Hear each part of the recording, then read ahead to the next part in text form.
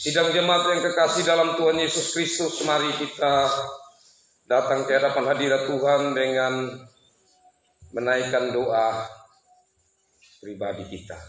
Kita masuk dalam saat teduh.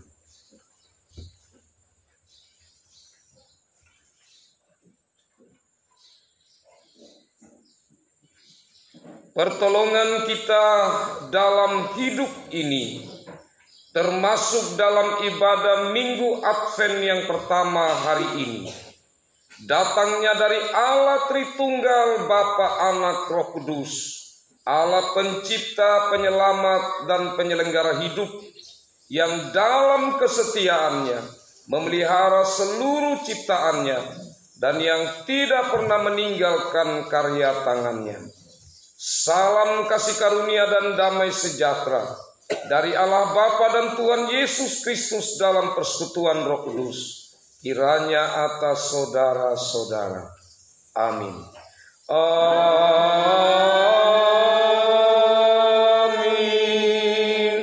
Amin. Amin.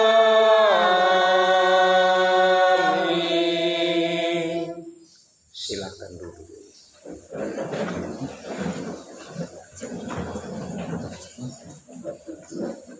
Sidang jemaat kekasih Tuhan, sabda Tuhan yang membimbing kita dalam kebaktian ini dari Yeremia pasal 31.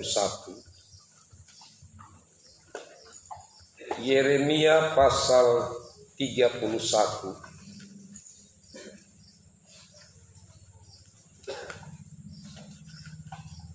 Ayat 31 sampai 33.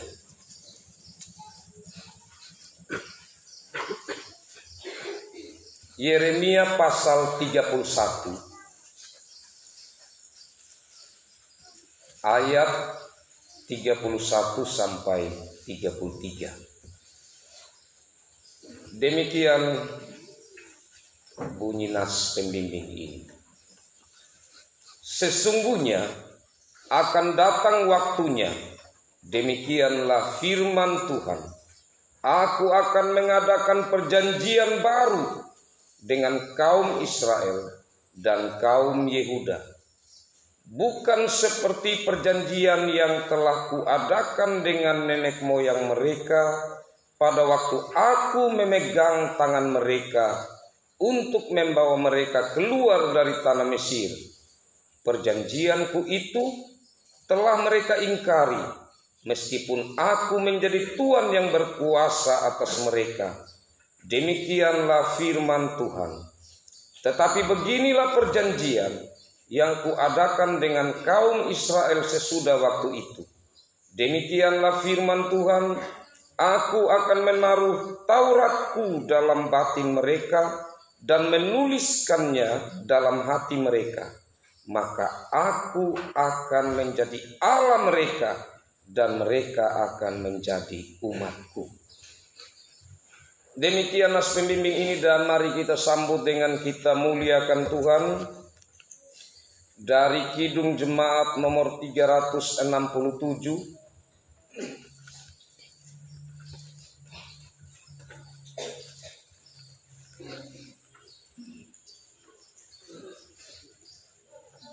Kidung Jemaat 367, baitnya yang kedua.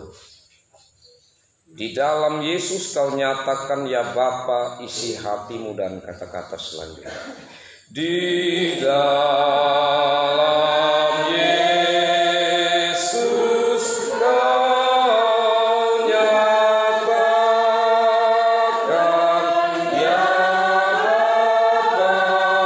isi hatimu, curang kasih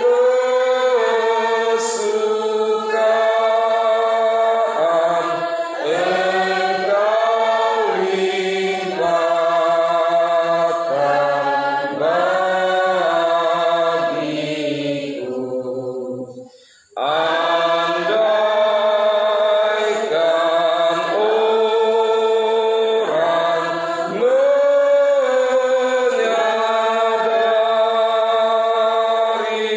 niscaya Tuhan kau dicari.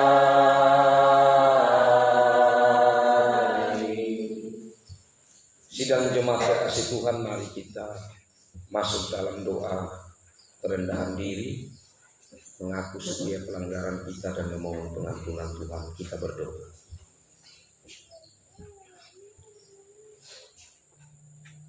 Saat ini Tuhan, kami menghadap hadirat-Mu Allah kami yang kudus. Kami datang dalam kerinduan kami untuk beribadah, untuk menyembah-Mu Tuhan, untuk ada dalam persekutuan yang intim dengan Tuhan, untuk kami ada dalam persekutuan dengan saudara-saudara seiman kami. Ya Tuhan, Engkau melihat sampai pada kedalaman pikiran dan hati kami. Untuk apa-apa yang telah kami lakukan, kami pikirkan di sepanjang hari-hari hidup kami, terkhususnya seminggu yang telah kami lewati ini. Tidak ada yang tersembunyi di hadapan-Mu Tuhan. Dan kami mau mengakui, kami ini manusia yang lemah. Kami ini anak-anak-Mu yang sesungguhnya tidak layak disebut sebagai anak-anak-Mu. Karena tidak jarang kami jatuh dalam pencobaan. Tidak jarang bahkan secara sadar kami melakukan apa yang tidak Tuhan kehendaki. Karena itu saat ini Tuhan, dalam kerendahan diri kami, dalam penyesalan dan malu, kami datang dan memohon kepada-Mu Tuhan. Mari ampuni kami Tuhan. Sehingga dengan penuh sukacita karena pengampunan-Mu kami boleh bersekutu saat ini, menerima berkat dalam persekutuan ini. Kami mohon pengampunan dalam Yesus Kristus, penebus kami. Amin. Kekasih-kekasih Tuhan, mari kita bersama-sama menyanyi Kidung Jemaat 326.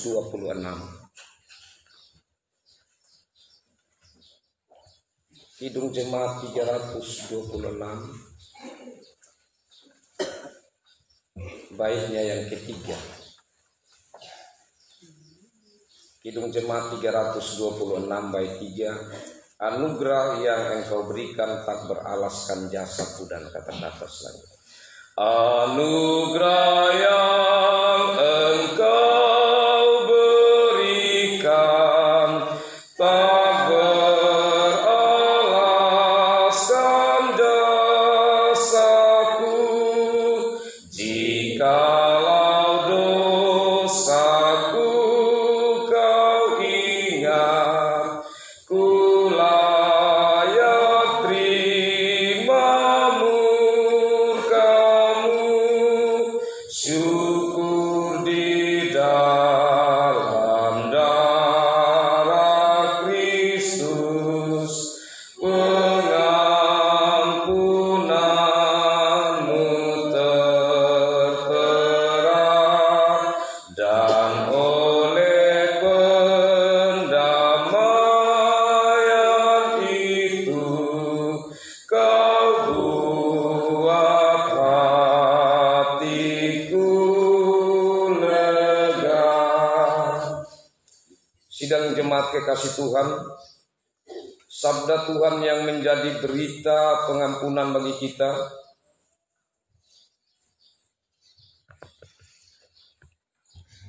Yohanes 3 ayat 16, kita bersama-sama mengucapkan. Karena begitu besar kasih Allah akan dunia ini, sehingga ia telah mengaruniakan anaknya yang tunggal, supaya setiap orang yang percaya kepadanya tidak binasa, melainkan beroleh hidup yang kekal. Amin. Kita muliakan Tuhan dari Kidung Jemaat 119.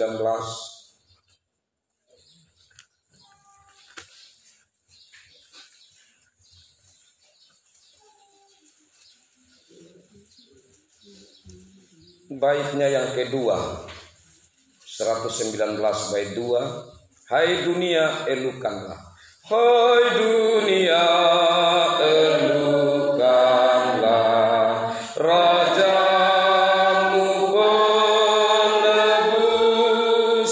Hai bumi, laut, gunung, lembah, bersoraklah terus, bersoraklah terus, bersorak-soraklah terus.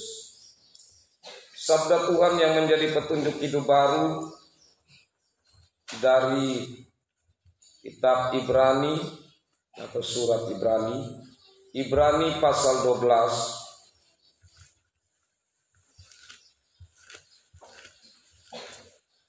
Ibrani pasal 12 ayat 18 sampai ayat 29.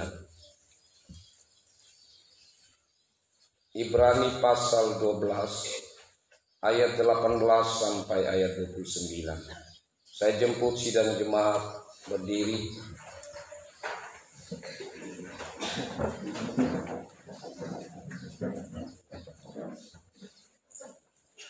Saya ajak kita baca berbalasan. Untuk yang laki-laki membacakan ayat-ayat yang genap, dan yang perempuan membacakan bagian ayat-ayat yang ganjil.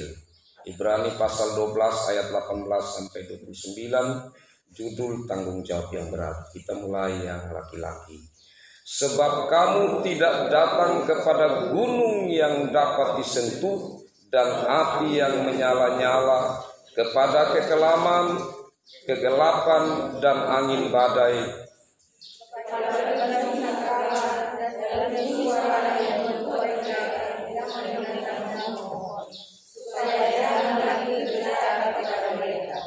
sebab mereka tidak tahan mendengar perintah ini.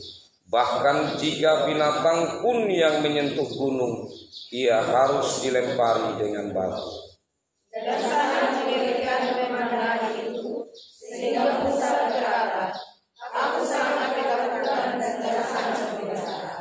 Tetapi kamu sudah datang ke Bukit Sion, ke kota Allah yang hidup, Yerusalem sorgawi, dan kepada beribu-ribu malaikat, suatu kumpulan yang meriah, dan kepada anak-anak sulung yang namanya terdapat di surga, dan kepada Allah yang mengampuni semua orang, dan kepada orang-orang benar yang telah menjadi Yesus, dan kepada Yesus pengantara perjanjian baru, dan kepada darah pemercikan yang berbicara lebih kuat daripada darah Habel. Jagalah supaya kamu jangan menolong dia yang berfirman, sebab mereka yang menolong dia yang menyampaikan firman Allah tidak luput, apalagi jika berpaling dari dia yang berbicara. Waktu itu suaranya menggoncangkan bumi, tetapi sekarang ia memberikan janji, satu kali lagi aku akan menggoncangkan bukan hanya bumi saja, melainkan langit juga. Ungkapan satu kali lagi menunjukkan kepada perubahan pada apa yang dapat dikerjakan, karena ia janjikan supaya tinggal tetap apa yang tidak dikerjakan. Jadi karena kita menerima kerajaan yang tidak tergoncangkan, marilah kita mengucap syukur dan beribadah kepada Allah menurut cara yang berkenan kepadanya dengan hormat dan takut.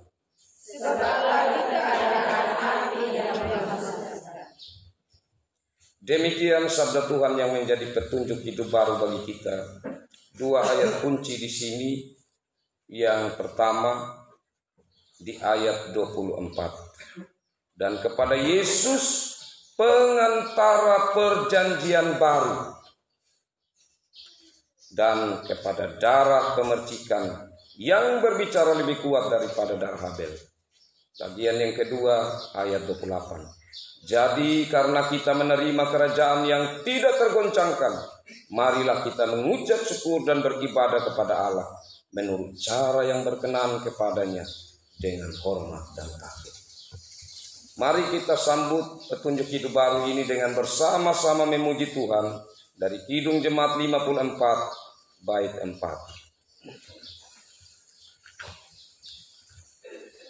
Kidung Jemaat 54 bait 4. Di hati kami Tuhan kau tulis sabdamu dan kata-kata selanjutnya. Di hati kami Tuhan kau tulis sabdamu supaya kami juga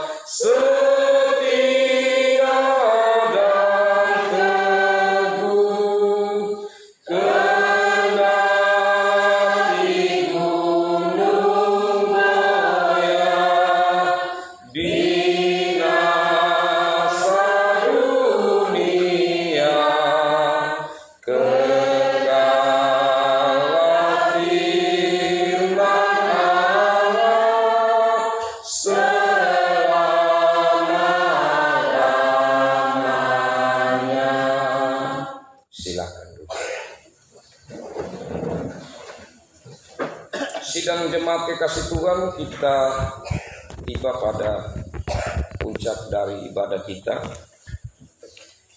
Kita masuk dalam pemberitaan sabda Tuhan, firman Tuhan dari Yeremia pasal 33 ayat 18 sampai 29.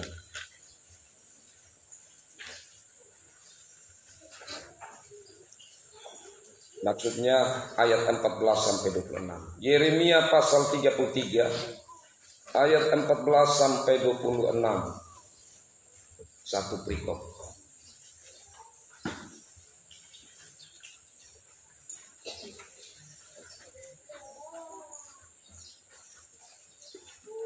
Baik kekasih-kekasih Tuhan, sebentar baru kita lanjut cari setelah doa supaya kita konsentrasi hati kita tertuju kepada Tuhan.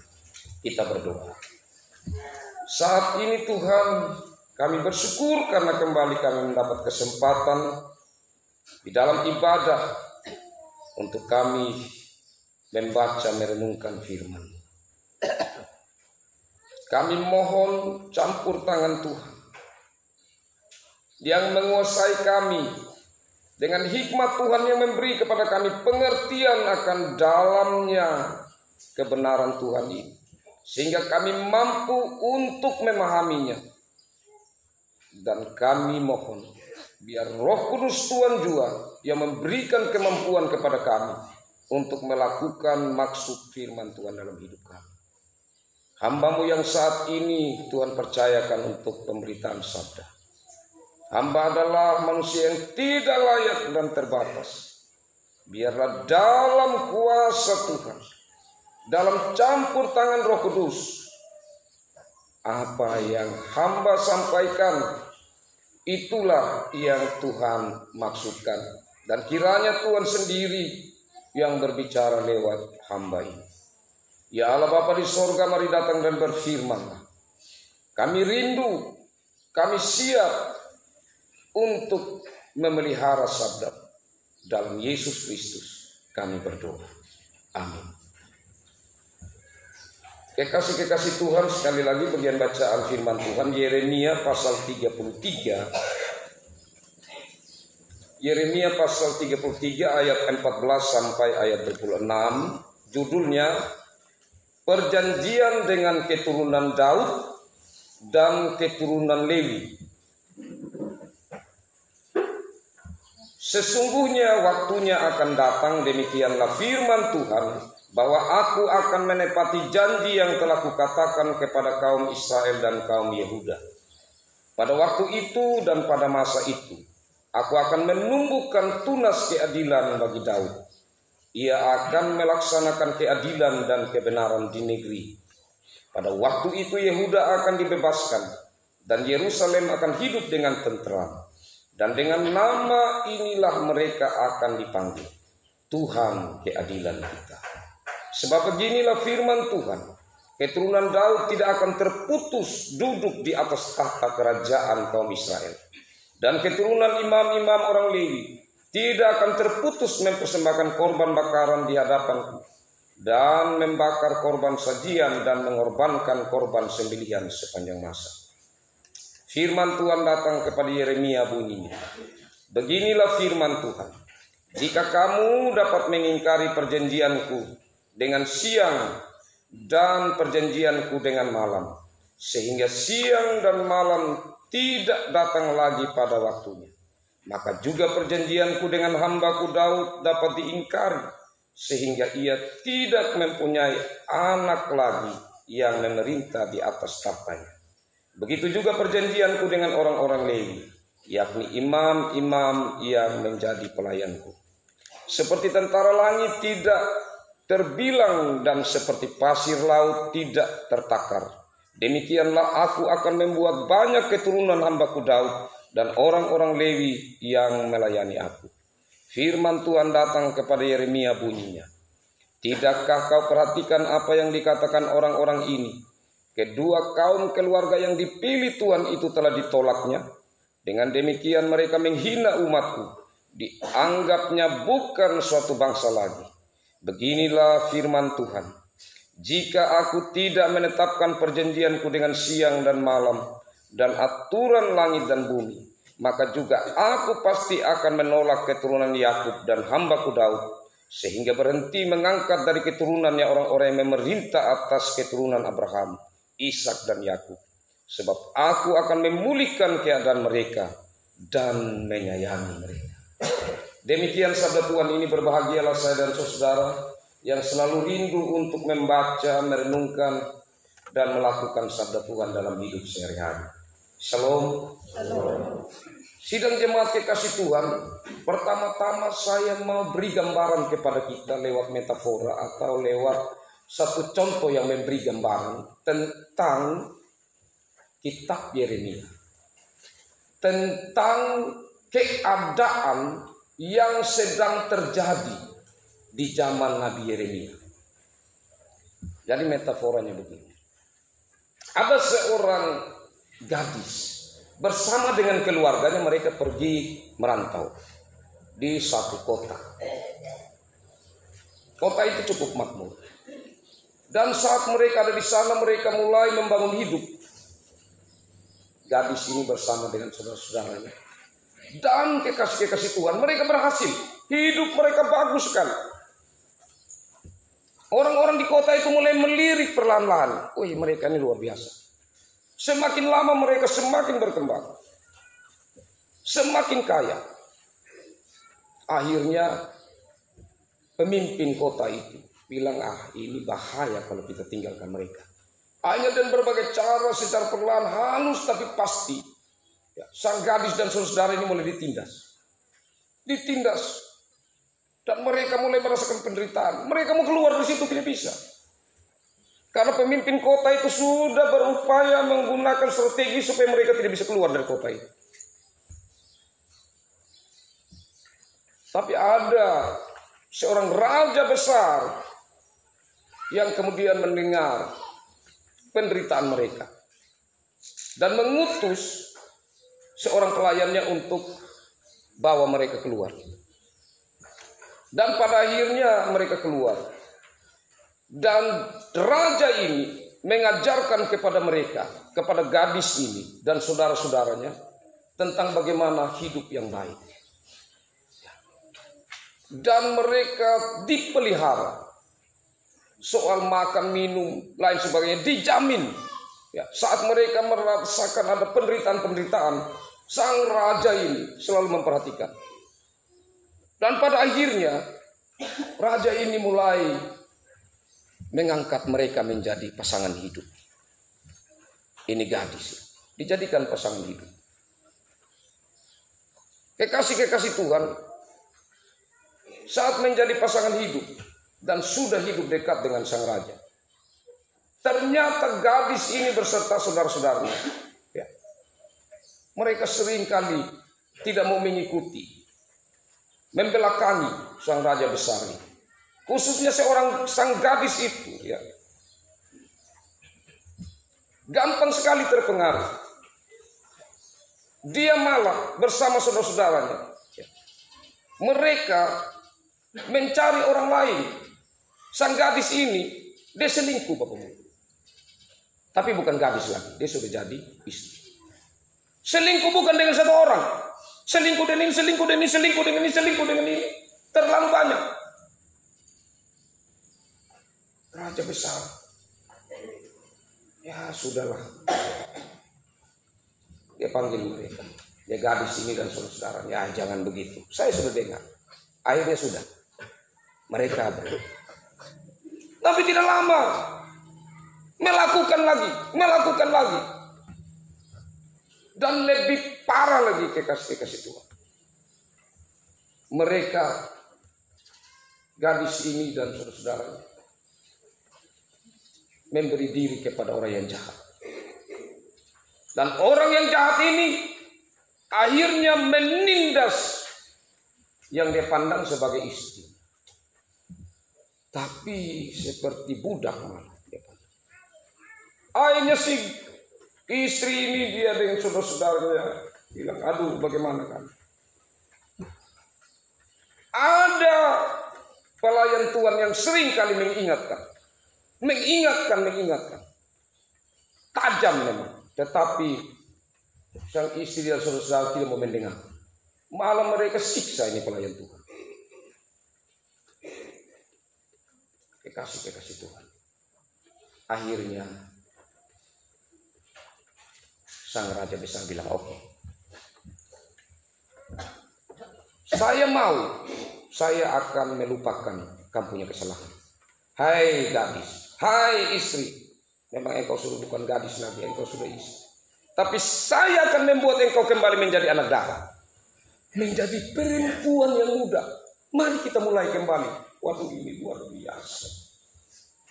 Dan itulah gambaran tentang orang Israel yang dipandang sebagai kekasih Tuhan, sebagai mempelai yang kemudian dijadikan dalam tanda kutip istri, tetapi mereka selingkuh dengan berhala ini, berhala terlalu banyak, ulang-ulang. Tapi Tuhan ampuni terus. Woi, kalau begitu Pak Mame, seandainya benar ya, artinya itu tadi bukan metafora. Sang suami, aduh hatinya terluas kan, luas sekali. Kalau yang begitu, istrinya sudah begitu, tapi dia ampun, dengan satu ampun. Bahkan kemudian dia bilang, saya lupakan semua. Mari kita mulai dari awal. Wah, itu hal yang sangat luar biasa. Tapi itu hanya terjadi pada Tuhan, saya. Dan inilah yang namanya anugerah. Dan inilah kasih yang tinggi, yang sulit untuk kita jangkau.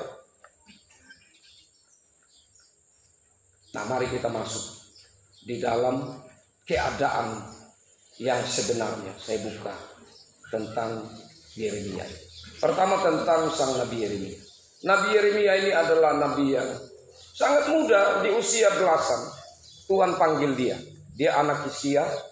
Dia tinggal di Anatot, di daerah Yehuda atau Israel Selatan, dan tepatnya di daerah Benyamin atau suku Benyamin. Dan di tempat itu imam-imam Yehuda itu tinggal di situ. Jadi kita bisa bayangkan bagaimana perkembangan dari imam-imam di Anatot itu sangat diikuti oleh Yeremia. Nah, Yeremia ini dia dipanggil Tuhan untuk melayani itu di zaman 5 raja. Dari Raja Yosia, tahun 627. Dari pemerintahan Raja Yosia, Yoahas, Yoyakim, Yoyakim, dan Zedekia. Saya ulangi, Bapak. Dari 5 raja. Dari tahun 627. Dari pemerintahan Raja Yosias. Dari pemerintahan Raja Yoas. Dari pemerintahan Raja Yoyakim. Dari pemerintahan Raja Yoyakim dan Sedekia. Dan pada Sedekia, zaman pemerintahan Raja Sedekia itu tahun 586, dan tahun itulah Yehuda hancur, atau kerajaan selatan hancur oleh serangan dari Babel, dan mereka mengalami pembuangan.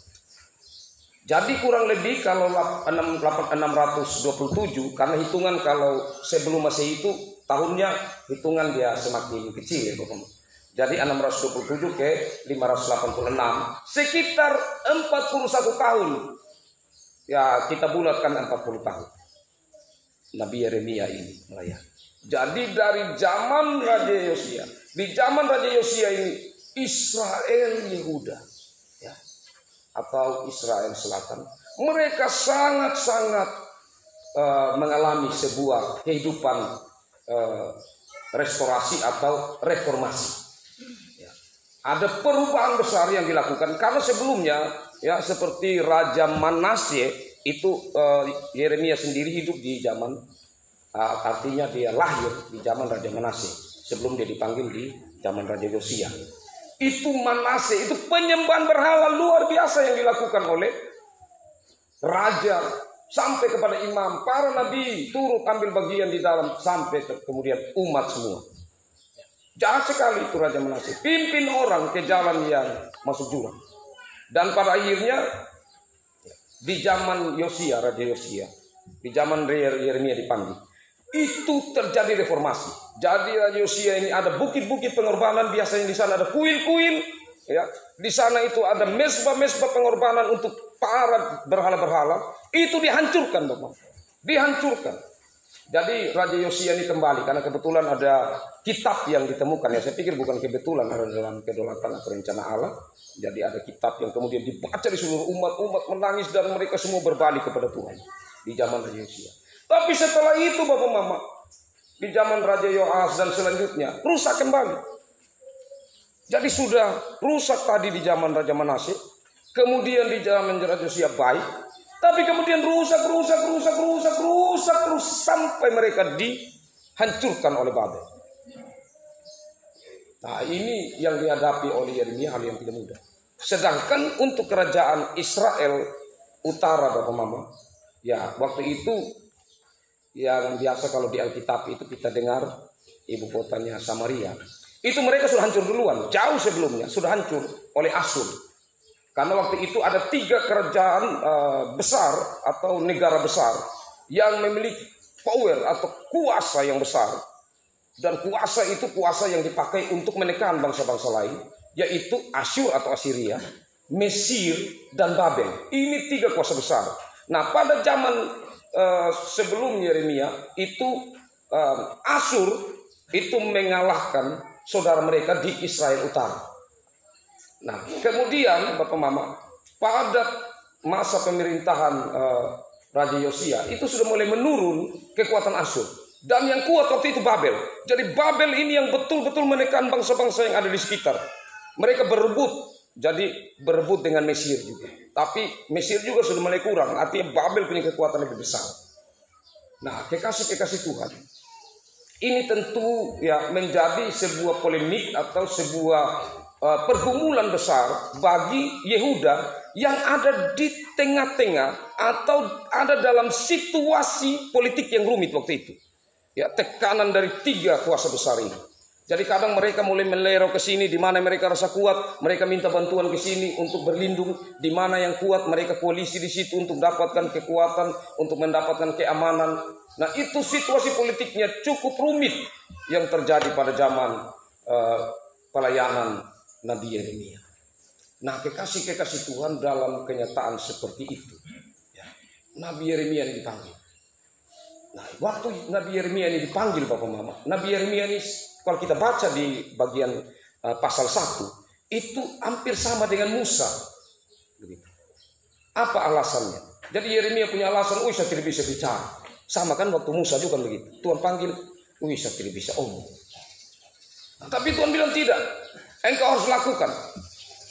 Nah, sudah kurang pandai bicara, tetapi tantangan besar yang harus dihadapi oleh Yeremia apa? Menyampaikan berita yang tidak baik, yang buruk. Bapak Mama, kalau kita dipanggil atau diminta untuk menyampaikan berita baik kepada orang lain, kita senang. Tapi kalau sampaikan berita buruk itu, apalagi tentang itu orang punya perbuatan yang tidak baik, baru kita diminta untuk menyampaikan, wah itu tidak gampang. Itu pasti kita cukup merasa berat. Tetapi di sini, kalau kita baca di pasal 1, itu Tuhan meyakinkan kepada Yeremia, engkau harus melakukan dan aku menyertai engkau.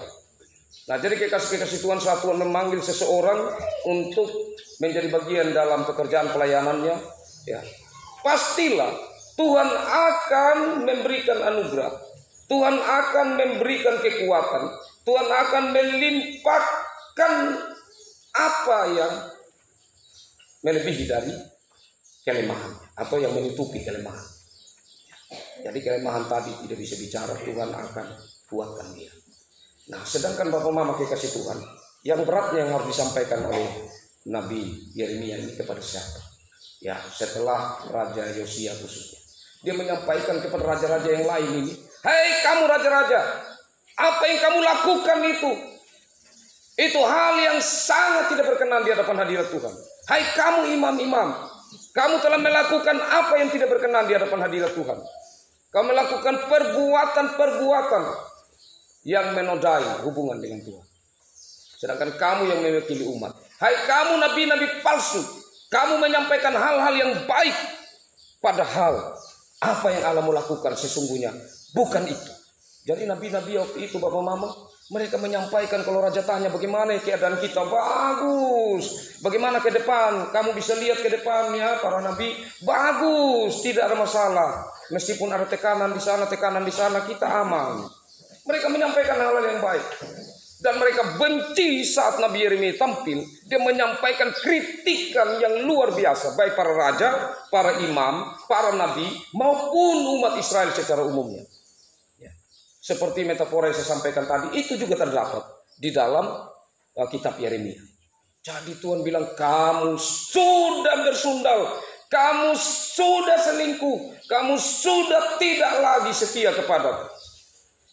Jadi ada dua paling tidak metafora. Yang pertama itu tentang pasangan hidup. Tapi yang kedua juga Tuhan bilang, kamu anak-anak yang sudah membangkang. Jadi anak-anak yang dikasihi, tetapi kemudian yang membuat Tuhan muak melihat mereka. Ya, jadi itu terjadi baik itu pembesar, baik itu orang-orang kecil, baik itu orang-orang dewasa maupun anak-anak. Mereka punya kelakuan semua Bapak Mama sudah keluar dari apa yang menjadi bagian perjanjian mereka dengan Tuhan. Dan disinilah kekasih-kekasih Tuhan. Di tengah-tengah kehancuran di mana bangsa Israel harus mengalami pembuangan. Ya. Disitulah baru dapat atau datang secercah pengharapan, berita penghiburan bagi mereka. Nah, kekasih-kekasih Tuhan sedikit kalau waktu itu Bapak Mama, kalau negara-negara Asyur, ya, Babel, kalau mereka menyerang Bapak Mama, itu contoh menyerang hukum ada ya, menyerang hukum ada. Nanti sebagian orang-orang hukum ada ini, ya, mereka tempatkan, ada yang di tempat mereka. Ada yang mereka tempatkan di sumber barat daya, ada yang di sumber tengah, ada yang di sumber timur. Itu tempat jajahan mereka juga. Nanti yang dari sumber timur beberapa dorong taruh di Ukmada, yang dari sumber tengah dorong taruh di Ukmada, yang dari sumber barat daya dorong taruh. Jadi campur baur nanti Bapak. Terpisah satu dan yang lain dan tempat itu tercampur baur. Ya, jadi kita dapat bayangkan kesulitan keterpisahan yang dialami. Ya, tapi di Babel waktu itu sebagian besar memang mereka diangkut itu ke Babel, ya. Dan kekasih-kekasih Tuhan saat mereka sudah mengalami pembuangan di Babel, maka berita yang kita ikuti khususnya pasal 31 sampai pasal 33 itu tentang pemulihan perjanjian dengan umat. Jadi dari pasal 31 sampai 33 Yeremia itu tentang berita pengharapannya bagi orang Israel, khususnya Israel Selatan atau Yehuda. Nah, berita pengharapan itu Bapak Mama ini agak unik. Ya. Agak unik karena begini Bapak Mama. Coba kita perhatikan, kita punya nas pembimbing tadi ya. Di Yeremia 31 ayat 31. Yeremia 31 ayat 31.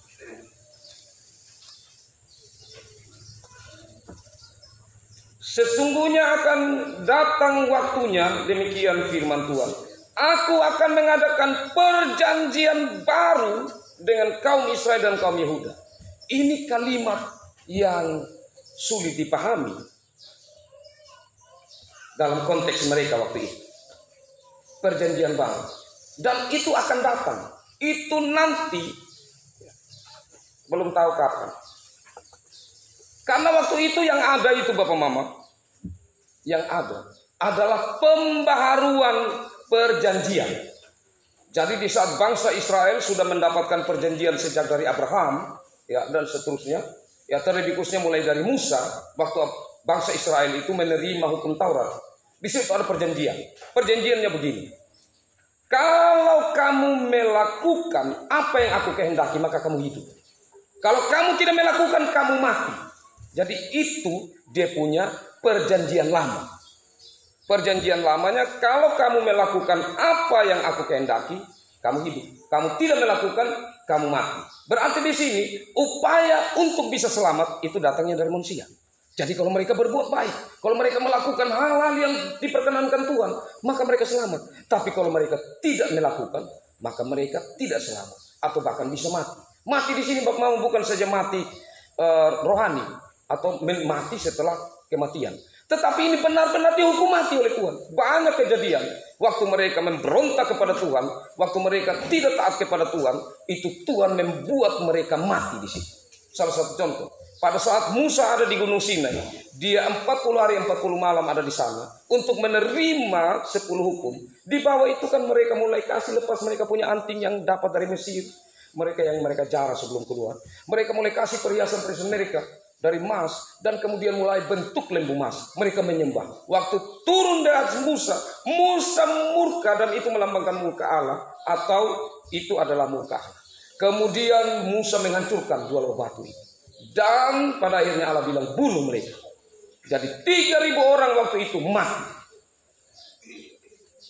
Jadi itu bukan main-main. Jadi sekali lagi untuk bahasa apa bilang Old Covenant, untuk kalau perjanjian yang lama itu maka hidup itu kalau ikut apa yang Tuhan mau, mati itu kalau tidak ikut apa yang Tuhan mau. Dan kalau mereka sudah melakukan hal yang sangat tidak berkenan di hadapan Tuhan, maka yang ada itu pembaharuan perjanjian. Sekali lagi Bapak, pembaharuan perjanjian. Perjanjian yang pertama ini tidak jadi, dibaharui. Yang kedua tidak jadi, akan dibaharui lagi. Tetapi itu beda dengan perjanjian baru. Beda. Dan perjanjian baru kenapa dia bisa muncul di sini? Arti ini mau menggambarkan bahwa ini tentang apa yang nanti akan terjadi atau itu Mesias. Karena kalau kita baca di ayat 32 Bapak Mama, kita lanjutkan ayat tadi. Bukan seperti perjanjian yang telah kuadakan dengan nenek moyang mereka pada waktu aku memegang tangan mereka untuk membawa mereka keluar dari Mesir. Perjanjianku itu telah mereka ingkari. Meskipun aku menjadi Tuhan yang berkuasa dan seterusnya. Tetapi ayat 33, beginilah perjanjian yang kuadakan dengan kaum Israel sesudah waktu itu. Ya, dan seterusnya. Dan kalau kita bandingkan dengan di pasal 33 tadi, pasal 33 Pak Mama, dia lebih terang lagi. Dia lebih terangnya dia mengatakan bahwa nanti akan datang itu dari tunas Daud. Ya. Di sini kan lebih jelas. Kenapa? Karena itu sudah perjanjian bahwa keturunan Daud nanti itu yang akan menyatakan tentang puncak atau klimaks dari perjanjian baru itu. Artinya pembaharuan perjanjian tidak ada lagi. Yang ada adalah perjanjian baru. Dan perjanjian baru ini Bapak Mama kekasih Tuhan, benar tidak salah itu dalam Yesus Kristus. Kenapa Bapak Mama? Kenapa? Karena pada waktu Yesus akan dibaptis Bapak Mama.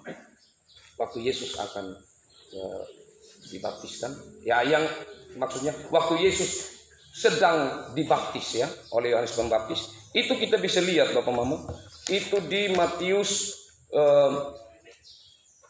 Matius pasal 6 kalau tidak salah. Artinya begini Bapak Mama, di situ ada bunyi begini ya firman Tuhan. Inilah anak yang kukasihi, kepadanya lah aku berkenan.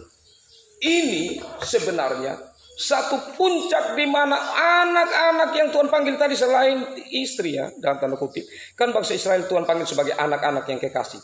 Anak-anak yang kekasih ini sudah tidak bisa lagi untuk melakukan apa yang Tuhan mau. Karena itu ada satu tunas daun. Inilah anak yang kukasihi, yang kepadanya lah aku berkenan. Hanya dalam dia ada perkenanan. Dan hanya dalam dia ada keselamatan, percikan darah di atas kayu salib yang menyelamatkan. Wah Bapak Mama kekasih Tuhan, tentang Yesus Kristus dinubuatkan jauh sebelumnya. Ini menunjukkan bahwa apa yang kita imani itu benar-benar telah Tuhan persiapkan. Setiap generasi, setiap masa, di zaman-zaman yang berbeda, Tuhan telah menyampaikan, atau seperti Tuhan mulai menyimpan bayang-bayang itu. Dan bayang-bayang itu perlahan-lahan semakin terang sampai pada perjanjian baru, atau pada saat benar-benar perjanjian itu dinyatakan. Nah, tetapi kekasih-kekasih Tuhan, tentu di sisi yang lain ya, selain ini yang tersimpan, tapi juga secara janji yang benar-benar akan mereka terima, yaitu di mana mereka nanti akan dibebaskan dari perbudakan di Babel. Mereka nanti akan kembali. Kembalinya seperti apa? Kita tahu ceritanya bahwa nanti Babel ini diserang oleh Persia, dan orang-orang Babel yang ada di orang-orang Israel yang ada di Babel itu dibawa ke Persia, dan pada akhirnya mereka dibawa pulang kembali untuk membangun Yehuda atau kota Yerusalem dan Bait Allah. Itu cara kerja Allah yang sangat luar biasa. Ya, tapi di sini Bapak Mama ya, menunjukkan bahwa di tengah-tengah kemelut, di mana pemberontakan umat itu terjadi, ya, tetapi Tuhan tetap menyatakan kasih. Kasihnya ini luar biasa. Kalau kita manusia, duit sudah keterlaluan, untuk apa lagi biar cari bangsa lain. Tuhan punya kedaulatan untuk cari orang lain atau bangsa lain untuk menjadi bangsa pilihannya. Tapi Tuhan tidak melakukan itu. Karena Tuhan memang sudah memilih bangsa Israel ini untuk bagaimana menyatakan bahwa dari keturunan Daud akan tampil seorang penyelamat atau Mesias. Nah, kekasih-kekasih Tuhan, kasih yang Tuhan yang luar biasa ini memang ya oleh Nabi Yeremia itu hanyalah sebuah berita yang didengar sepele oleh bangsa Israel, karena memang konsekuensi dari perbuatan mereka menjalani. Ya, jadi janji Tuhan yang Tuhan sampaikan tidak serta-merta waktu itu mereka sudah langsung terlepas, dibuang langsung kembali, tidak. Mereka harus mengalami konsekuensi dari perbuatan mereka. Tetapi penebusan untuk mereka atau janji untuk mereka keluar itu tetap terlaksana. Jadi kekasih-kekasih Tuhan, saya persingkat dari kisah Yeremia dan dari bagian firman Tuhan ini mau menyatakan begini, Bapak. Tuhan itu punya visi untuk umatnya. Dan dalam visi Tuhan itu, Tuhan akan memakai orang-orang yang dia mau pakai. Dalam otoritasnya, tidak tergantung pada kebaikan orang itu. Dia memang mau pakai orang itu untuk menyatakan kebesaran. Dan di saat Tuhan mau memakai seseorang, Tuhan akan memperlengkapi dia untuk perjalanan misinya. Yeremia sangat-sangat tidak mudah. Sempat sebagai manusia Bapak, sempat dibilang begini, Tuhan, minta maaf saya tidak lanjut, saya tidak mau lagi lakukan. Sama saja saya omong juga mereka tidak mau dengar Tuhan, maka mereka pasung saya, mereka penjarakan saya, mereka aniaya saya. Ya, penderitaan yang dialami kalau kita baca seluruh kitab Yeremia, sungguh luar biasa yang dialami oleh Yeremia. Dia bilang Tuhan saya berhenti. Tapi saat dia berdiam diri dan tidak mau menyampaikan tentang suara Tuhan, tentang isi hati Tuhan, tentang kemarahan Tuhan, tentang penghakiman Tuhan kepada bangsa Israel, justru di situ Bapak dia rasa lebih menderita. Jadi akhirnya dia putuskan biar saya sampaikan. Lebih menderita kalau tidak memberitakan daripada berdiam diri. Daripada memberitakan. Lebih menderita ya, berdiam diri daripada memberitakan. Jadi pilih lebih baik beritakan. Kalau diam lebih menderita. Menderita karena di sini seperti ada api yang membakar. Kenapa kau diam? Kenapa kau tidak lakukan? Apa tugas yang saya berikan? Bapak Mama kekasih Tuhan. Bagi saya dan majelis jemaat pertama-tama, apakah kita merasakan ada api itu saat kita tidak melakukan pelayanan secara sungguh-sungguh? Apa kita merasa di sini, aduh Tuhan, tidak bisa. Kalau saya berdiam diri, saya merasa saya tertuduh, saya merasa tidak aman. Apakah itu ada? Kalau itu ada, percaya, saudara akan terus bertumbuh dalam Tuhan. Dan pelayanan di Jemaat Hukmada ini terus berkembang. Akan banyak anak-anak Tuhan yang saudara-saudara menangkan. Karena saya dan saudara dipanggil bahkan semua jemaat. Bukan hanya majelis jemaat. Setiap kita. Kita akan berani mengatakan meskipun suami tampar. Hei suami, kau jangan begitu. Harus masuk gereja. Meskipun engkau mendapatkan penderitaan, tapi sebenarnya diam lebih menderita. Karena engkau terus akan dituduh oleh Tuhan. Kenapa engkau tidak melakukan? Hai anak, kenapa engkau biar anak bahkan karena sudah terlanjur dia benci kita orang tua atau kita sudah tidak terlalu untuk membesarkan dia dengan baik, dia maki kita. Lapis, lebih baik menyelamatkan dia. Meskipun kita harus menderita, meskipun kita orang tua merasa sakit, harus kita tegas. Ini tidak main-main Bapak Mama kekasih Tuhan. Karena saya dan saudara benar-benar dipanggil untuk bagaimana kita menyampaikan apa yang Tuhan kehendaki. Karena kita memegang visi Tuhan, bukan visi saya. Visi Tuhan apa? Kita semua selamat. Itu penting sekali. Tapi Bapak Mama, apakah Tuhan biarkan kita? Sebenarnya tidak. Sebagaimana Yeremia, Tuhan akan punya banyak cara. Tuhan akan punya banyak cara untuk membuat saya dan saudara tetap kuat menghadapi berbagai tantangan. Terutama dari dalam rumah tangga kita sendiri yang paling tidak mudah Bapak Mama. Ya, saya yakin dan percaya Tuhan pasti menolong kita. Karena apa? Karena kita hidup bukan di zaman perjanjian lama, tapi di zaman perjanjian baru. Di mana Bapak Mama? Keselamatan itu sebuah anugerah. Tidak lagi usaha kita. Kalau kita tidak berbuat ini, maka Tuhan akan menghukum. Tetapi lebih berat lagi. Karena ini anugerah. Suatu yang cuma-cuma dan kita tidak meresponinya dengan baik. Itu ibarat begini. Saya punya utang 1 miliar di bank. Dan kemudian biasanya kan kalau 2-3 hari sudah lewat tanggal, itu pasti bank itu dia datang. Dia datang tagih sama kita. Ya, tapi seandainya begini. 2 bulan, 3 bulan tidak tagih.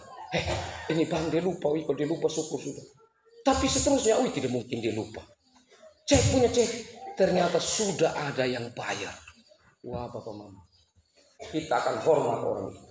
Apalagi ini menyangkut keselamatan dengan darah. Yesus telah membeli kita dengan harga yang mahal. Apa kita sia-siakan itu? Karena kita sudah mendapatkan anugerah. Biar saya buat begini juga saya tetap selamat kok. Biar saya jatuh dalam dosa, saya tetap selamat kok. Jangan berpanjang dalam hidup seperti itu Bapak Mama. Karena Rasul Paulus bilang jangan gunakan kemerdekaan itu sebagai kesempatan untuk berbuat dosa. Kita terus memperbarui hidup kita. Jadilah sebagai jemaat Hukmada yang semakin dewasa, semakin dewasa, semakin dewasa. Minggu Advent pertama ini yang kita rayakan hari ini Bapak Mama, merenungkan akan tumbuh tunas jauh. Dan memang sudah tumbuh. Yesus sudah datang. Tapi apakah dia tumbuh di hati saya dan Bapak Mama untuk kita berkobar-kobar untuk melayani dia? Ini pertanyaan refleksi yang kita renungkan setiap waktu. Sehingga Natal tidak menjadi sia-sia. Tuhan memberkati firman-Nya dan memberkati kita semua. Amin.